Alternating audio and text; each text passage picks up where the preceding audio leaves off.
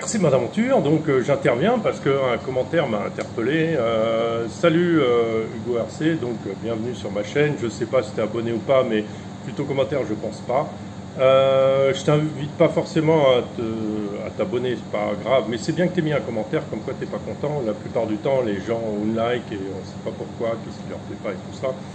Donc oui, alors je te fais une réponse directe parce que bon, je t'ai mis un message, mais je pense que c'est plus simple et plus complet de te faire une vraie réponse.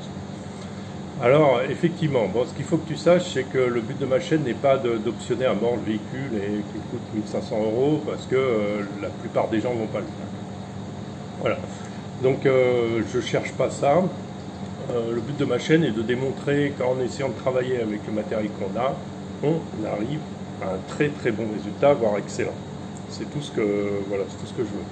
La grosse partie du travail ne se fait pas essentiellement sur le véhicule, se fait aussi sur la pratique. Beaucoup de pratiques, beaucoup de tests, beaucoup de... à chercher la complication tout le temps. Et ça fait partie du jeu aussi. Et ça fait partie de ça. Mon véhicule est seulement deux choses qu'il a. Il a l'overdrive. Donc ça, on ne peut pas y couper si on veut de la performance. Et ça, je ne peux pas contourner non plus.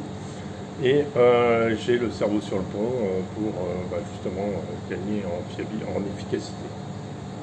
Voilà. Donc ce que je fais n'est pas si débile que ça, puisque c'est mon travail de recherche depuis plus d'1 an que je fais cet effort.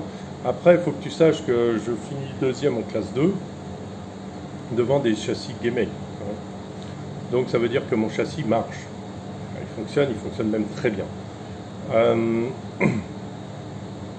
Je n'ai rien contre ce châssis. Il y en a des copains qui l'ont, ce châssis. Il marche très bien. Bien sûr, ça baisse le centre de gravité, mais il n'y a pas que ça. Ça, c'est une partie du travail, bien sûr. L'optionnage, bien sûr. On peut mettre aussi les tirants courbés, on peut mettre plein de trucs. Mais là, ce que je démontre, c'est que sans tout ça, rien qu'en travaillant sur des choses simples, et je vous guide là-dedans, on peut arriver à de très très bons résultats. Écoute, ce que je te propose, si tu n'es pas convaincu par ce que je fais, tu n'as qu'à regarder un peu les autres vidéos que je fais, tu verras ce qu'il est capable, l'engin. De plus, c'est pas que ça, c'est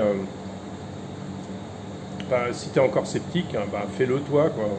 Fais la même chose, achète un SCX-10 II et puis le kit et fais les transformations que je fais et puis tu verras bien si ça marche pas, si tu es d'accord ou pas.